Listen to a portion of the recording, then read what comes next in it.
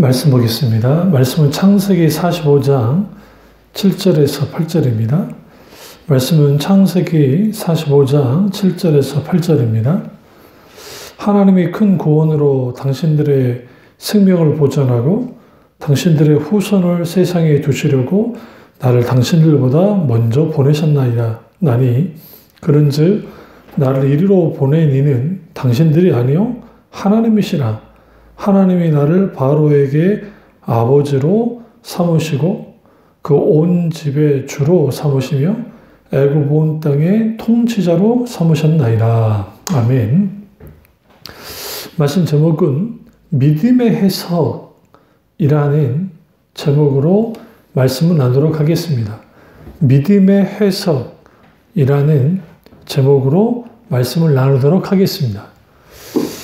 우리가 어떤 것을 해석한다 할 때에 특별히 언어적으로는 뭐 영어이든 어떤 원어이든 그런 어떤 언어적인 능력이 있으면 해석할 수 있는 것처럼 그 믿음에는 사건을 해석하는 힘이 있습니다. 다시 말하면 믿음의 눈으로 믿음의 안목으로 어떤 사건을 바라보게 되어지면 그것을 해석할 수 있는 힘이 믿음에 있다는 말입니다. 왜 그러냐면 믿음은 철저하게 인격체신 하나님을 바탕으로 하고 믿음의 초점은 하나님께 두기 때문에 그렇습니다. 세상 눈으로 보기에 이해하지 못한 일이라 할지라도 믿음의 관점으로 바라보면 해석할 수 있는 것들이 있습니다. 그렇기 때문에 우리는 믿음에 의한 삶을 살려면 믿음의 해석을 할 수 있는 그러한 사람들이 되어야 되고, 그러면 이러한 모든 부분에서 믿음의 해석은 하나님의 관점, 그리고 중요한 것은 성령의 그 조명하심과 하나님 말씀을 통한 그 분별력을 가지게 될 때에 우리가 이해할 수도 없고 깨닫지도 못했던 부분들을 성령의 조명 가운데 밝히 보게 되어집니다. 이 모든 밑바탕에는 믿음의 해석이 있는 것을 볼 수 있습니다. 결국 어떤 사건이나 어떤 문제를 바라볼 때에 하나님의 관점으로 바라보느냐 아니면 자기 관점, 세상 관점에서 바라보느냐에 따라서 모든 것들이 달라집니다. 그 바라보는 시선도 달라지고 해석도 달라지고 또 그뿐 아니라 여러 우리가 그것에 대한 반응 또한 달라지기 때문에 그렇습니다. 그래서 우리가 문제를 바라볼 때에 문제를 문제로만 바라보면 결국은 인간의 지성의 한계 속에서 객관적으로 이렇게 들여다볼 수는 있습니다. 그러니까 그 자체를 우리가 무시하면 안 되는 것은, 그래도 우리가 이성적으로 어떤 문제를 들여다보는 것은 그건 당연한 것이고 또 그렇게 해야만 합니다. 그러나 신앙의 세계는 거기에 멈추는 게 아니에요. 그러니까 세상 사람들은 거기에 멈춰서 이제 자기들의 수단과 방법을 통해서 문제를 해결하려 들고 하지만, 그러나 신앙의 세계에서는 그게 분명하게 객관적으로 이제 누가 봐도 이성적으로 분별하고 판단이 됐단 말이죠. 그것을 그대로 놔두는 것이 아니라 하나님께 가지고 나아가는 겁니다. 우리가 믿음이다 오해하면 안 되는 게, 믿음이 있으면 모든 걸 할 수 있어. 그러니까 자기들의 현실에 대한 바른 인식 없이, 어떤 분별 없이 무조건 덮어놓고 믿으면 모든 것이 해결된다고 하는 식의 그런 광신적이고 그렇게 편협하고 그렇게 일그러진 믿음은 성경에서 말하는 믿음이 아닙니다. 그런 의미에서 우리가 예수님이 죽은 나사로의 베다니인의 집으로 가셨을 때에 그때 마르다와 마리아의 반응이라는 것은 우리가 생각할 때에 현실적이고 또 옳은 반응이었습니다. 왜냐하면 인간의 한계 속에서의 죽은 지 사흘이나 된 나사로, 거기에 이제 이미 죽었다는 사실, 그리고 예수님이 오셔서 이제 영생에 대한 다시 살아날 것이라는 말씀하셨을 때에 마지막 주님의 재림 때에 다시 살아날 줄 믿습니다 라고 하는 반응은 그 일반적인 반응이고 오히려 우리는 오히려 예수님에 대한 원망과 그리고 섭섭함이 가득했을 텐데 그래도 영성의 신앙, 부활의 신앙을 가지고 있던 마르다가 대단합니다. 그런데 예수님은 거기서 한 걸음 더 나가기를 원하셨던 거예요. 여기서 우리가 그 믿음으로 해석하는 것, 우리 눈으로 보기에는 이게 안 될 것 같고 뭔가 문제가 있는 것 같지만 사실은 믿음으로 해석해 나가기 시작할 때에 우리 속에 여러 가지 문제들, 여러 가지 상황들, 여러 가지 어떤 우리의 발목을 잡는 것들이 결국은 믿음의 눈으로 바라보게 되어지면 이 하나하나가 해결할 수 있는, 그것은 나의 능력과 내 힘이 아니라 하나님의 놀라운 능력 가운데 해결할 수 있는 것들을 분명히 보게 되어집니다. 문제는 문제를 중심에 두게 살고 사건을 중심에 두고 살면 그 하나님을 향한 믿음이 뒷전으로 밀려납니다. 당연히 사건이나 문제 가운데 개입하신 하나님을 경험할 수 없습니다. 그러니까 문제에 연연하면서 인생을 살고 신앙생활하는 사람들이 있어요. 이 문제 해결해 주세요. 저 문제 해결해 주세요. 하나님께 기도합니다. 또 이 문제 해결되어지면 또 다른 문제 생기면 또 쪼러 와서 하나님 이 문제 해결해 주세요.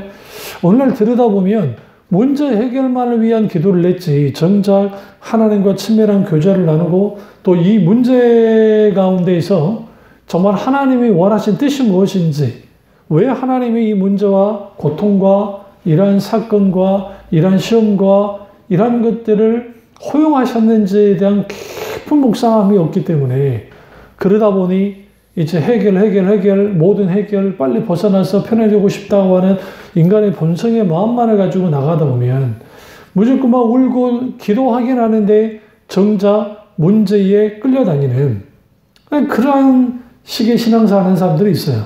그러니까 여러분, 우리가 분명히 아셔야 될 것은 우리 앞에 문제 반드시 해결해야죠. 주님의 은혜 가운데. 그러나 우리는 문제 해결만을 쫓고 문제 해결만을 쫓는 다람쥐 쳇바퀴 돌듯 하는 신앙생활을 하게 되어지면 어느 날 들여다보세요. 내가 이 문제, 저 문제, 내가 오늘 이 문제 해결했다고 해서 내일 다른 문제가 생기지 않는다는 보장이 없잖아요. 그러니까 거기에 호적되면서 정작 하나님 나라와 하나님 나라의 의를 구하는, 먼저 주님의 나라를 구하는 하나님 나라의 삶에 대한 열망과 갈망을 가지고 아버지의 영광을 위한 삶을, 신앙생활을 하지 못하는 거예요.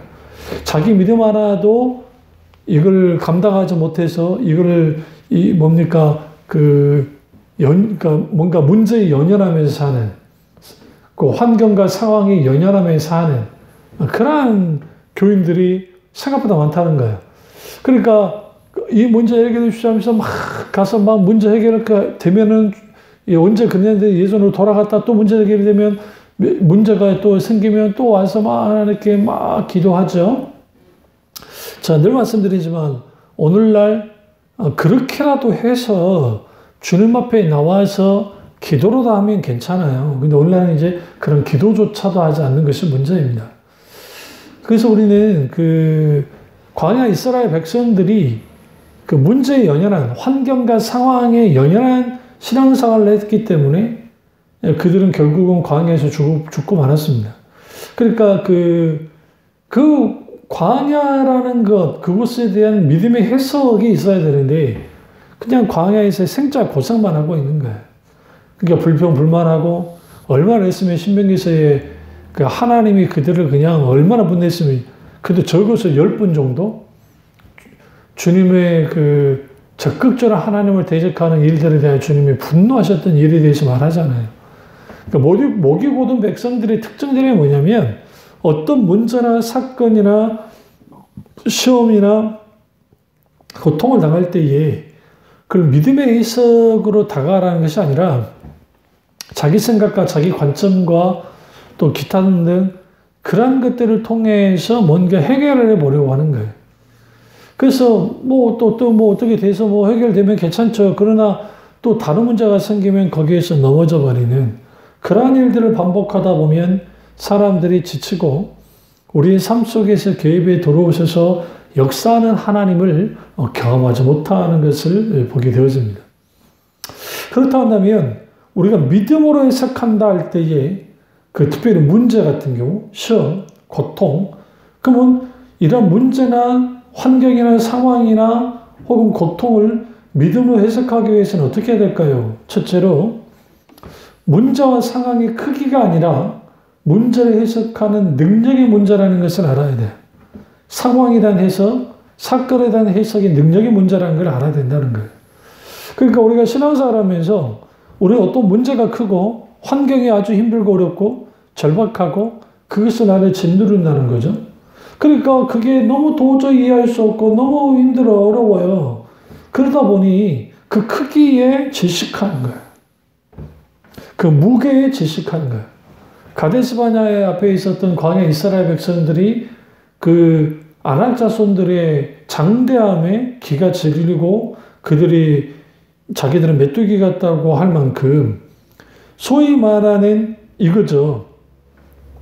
상황은 상황이고 문제는 문제이고 사건은 사건이고 믿음은 믿음이다 라고 하는 소위 믿음과 사건, 믿음과 상황, 믿음과 고통, 믿음과 소위 말하는 문제를 분리시키는 거예요. 당연히 내 앞에 있는 이 문제가 모든 것의 중심이 되는 거죠. 상황이 중심이 되고 모든 게 중심이 되어버려요. 당연히 그게 믿음으로 또 떠난 삶을 살 수밖에 없어요. 그러니까 동일한 사건이라 할지라도 동일한 문제라 할지라도 어떻게 그것을 해석하느냐, 어떻게 바라보냐에 따라서 전혀 다른 반응과 다른 결과가 있었던 것을 봅니다. 그러니까 10명의 정탐꾼과 2명의 정탐꾼이 각기 다른 환경을 보고 다른 사건을 보고 다른 어떠한 것을 보고 온 게 아니라 같은 것을 보고 왔다라는 거예요. 근데 중요한 건 뭐냐면 사건에 대한 혹은 문제에 대한 상황에 대한 환경에 대한 이해와 해석이 달랐다라는 거예요.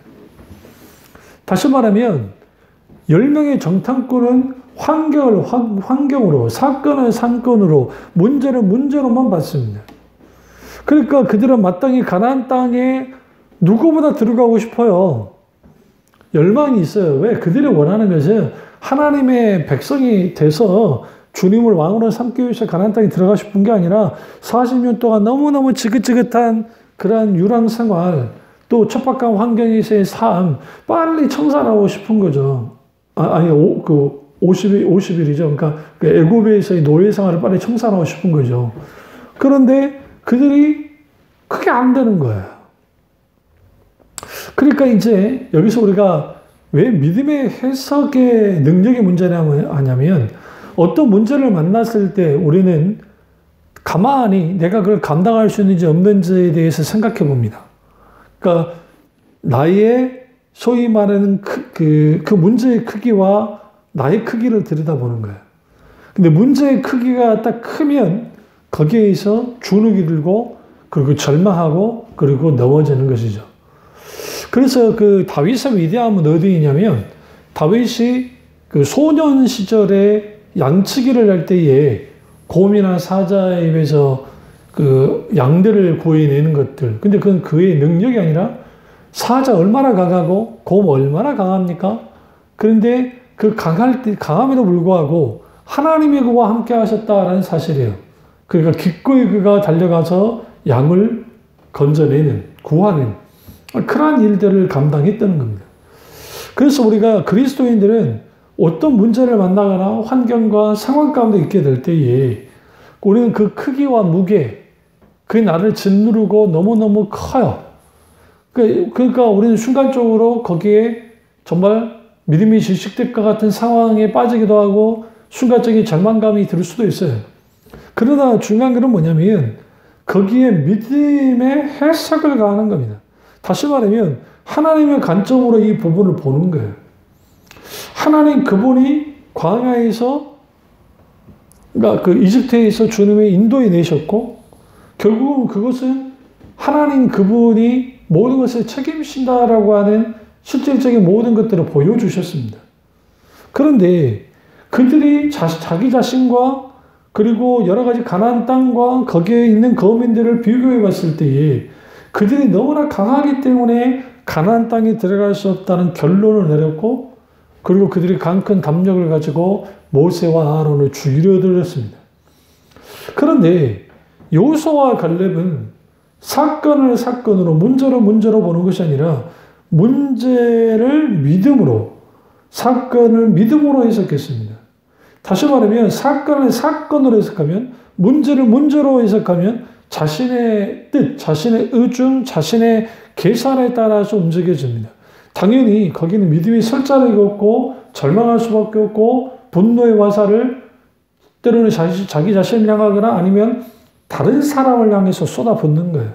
당연히 거기에 하나님의 의중과 뜻을 담기진 않겠죠. 그러면 뭐가 되어져요? 하나님이 그 사건과 그 환경과 그 문제에서 배제되는 거예요. 하나님이 배제되면 그토록 그 사건과 환경에서 벗어나고 싶어도 거기에서 또 짓눌려 버린 겁니다. 그러니까 아무리 기도를 해요. 하나님 도와주십시오. 뭐 어떻게 도와주십시오 하는데 정작 그가 그렇게 기도할 때에 그 문제 해결에만 초점을 맞춰 있지 정작 문제 해결자 대신 하나님께 초점을 맞추지 못하는 거예요. 그러니까 막 이제 안달복도 안 하고 막 연연하죠. 물론 그 과정에서 만져지면 괜찮은데 그게 되지 않게 되어지면 거기로부터 여러 가지 그 문제가 이제 촉발되는 겁니다.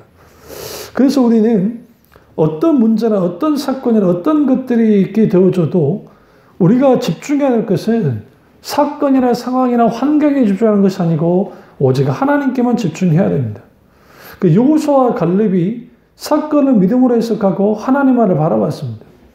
그리고 그가 결국은 여호수아와 갈렙만이 가나안 땅으로 들어갈 수 있게 되어졌다라는 거예요.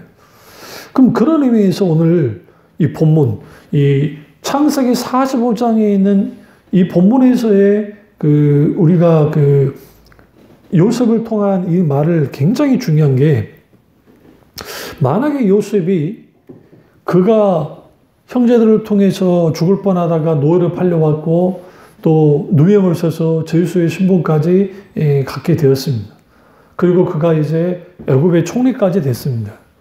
자, 생각해 보세요. 한 사람의 인생을 생각할 때 이런 파란만장한 인생이 없잖아요.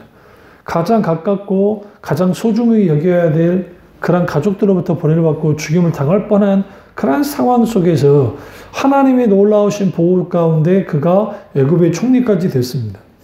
그리고 이제 흉년이 들었죠. 그 흉년드는 과정 속에서 이제 요셉이 자기들의 형제들이 곡식을 사러 왔을 때에 보복을 결정한 게 아니었습니다. 오히려 그가 원하는 것은 그들의 생존을 위해서 여러 가지를 준비합니다.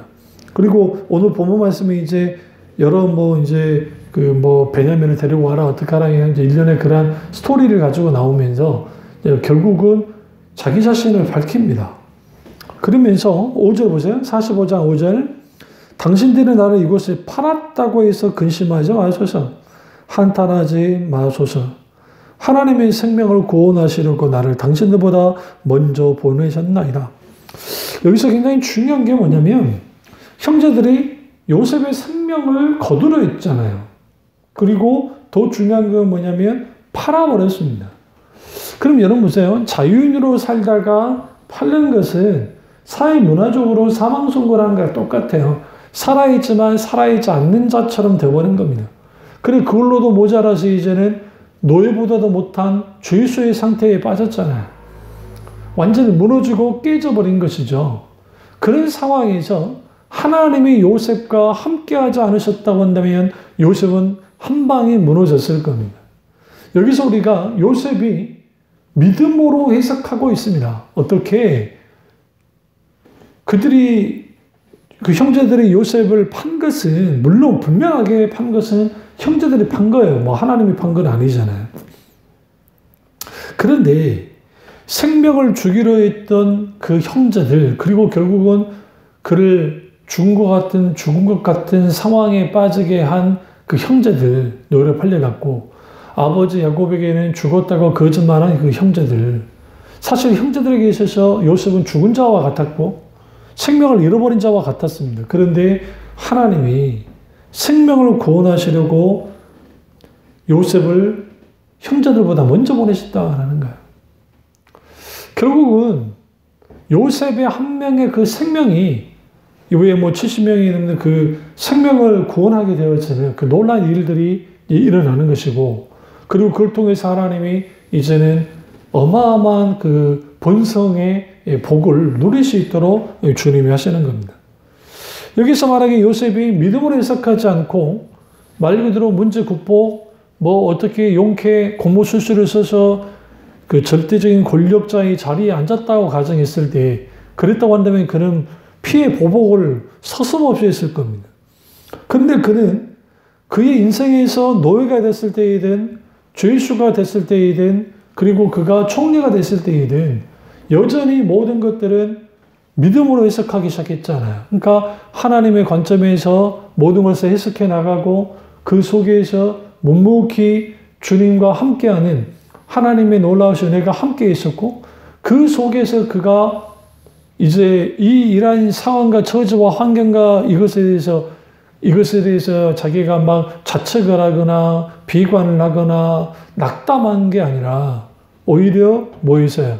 하나님의 뜻을, 하나님이 왜 이 부분에 보내셨는지에 대해서 분명히 알게 됐다는 거예요. 물론 감옥에 갇혔을 때 그가 순간 흔들립니다. 그래서 술 맡은 관원장과 떡 맡은 관원장 중에 술 맡은 관원장에게 그의 처지에 대해서 말하면서 생각해달라고 하죠. 그래서 하나님은 사람을 의지하는 순간 하나님은 그 부분을 어떻게 해요?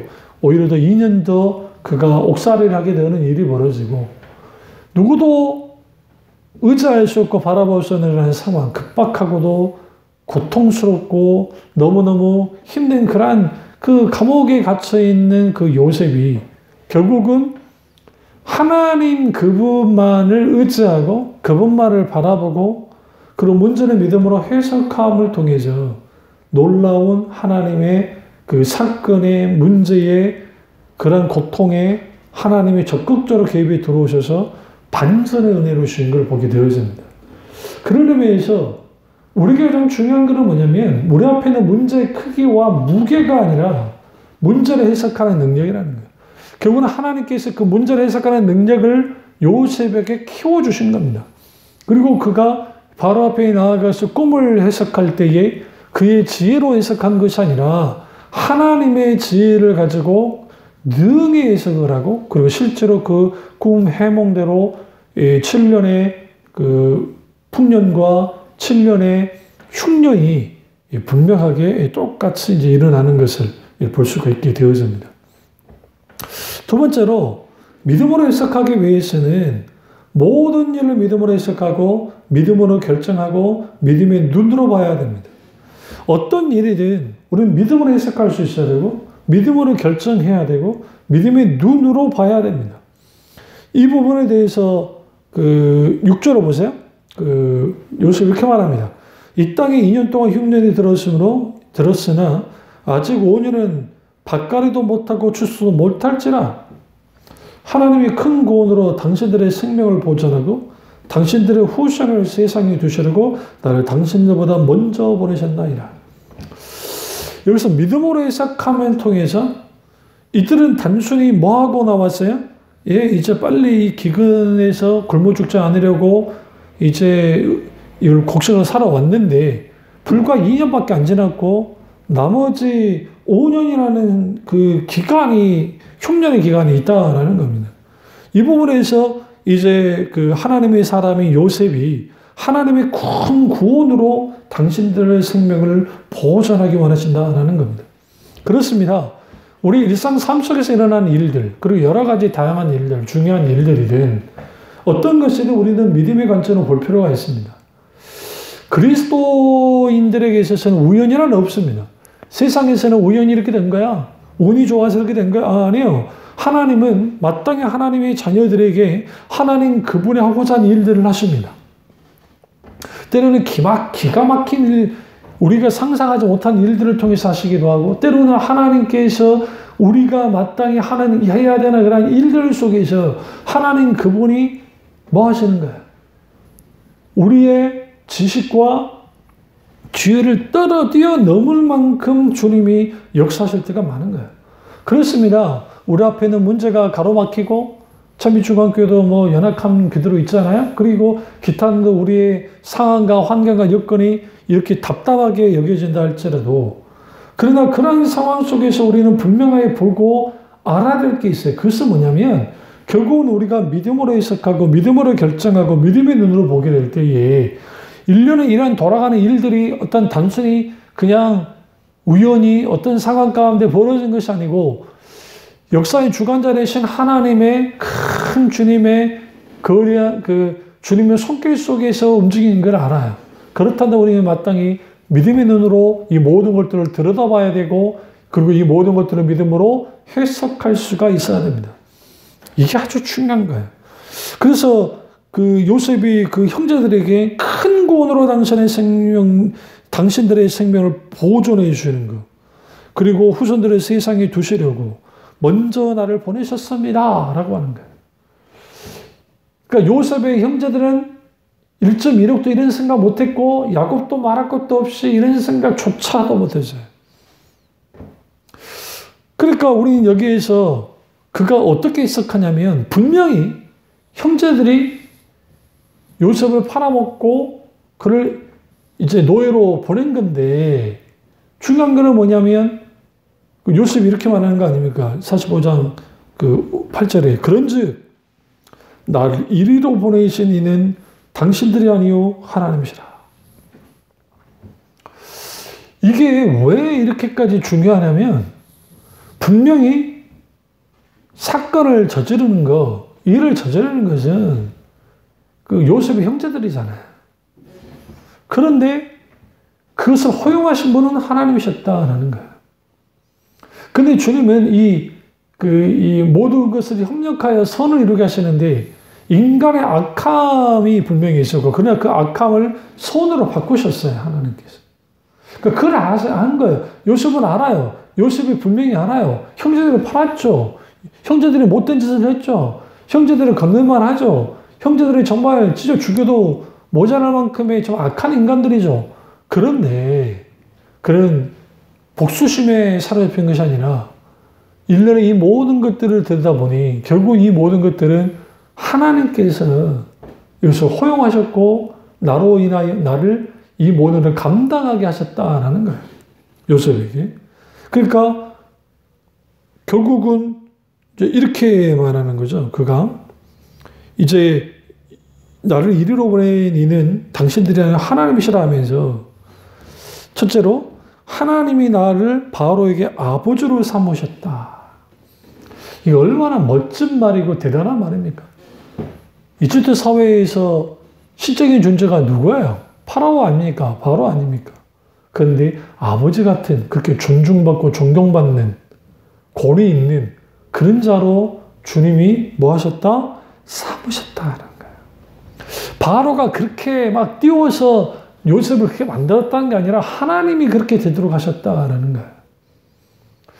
가나안의 촌뜨기 요셉이 어쨌든 이집트에 와서 그 당시 최강국이고 대단한 나라의 총리로도 모자라 그 바로의 아버지가 되는 진정한 권위 있는 자가 되게 하셨다는 거, 이게 얼마나 소중합니까?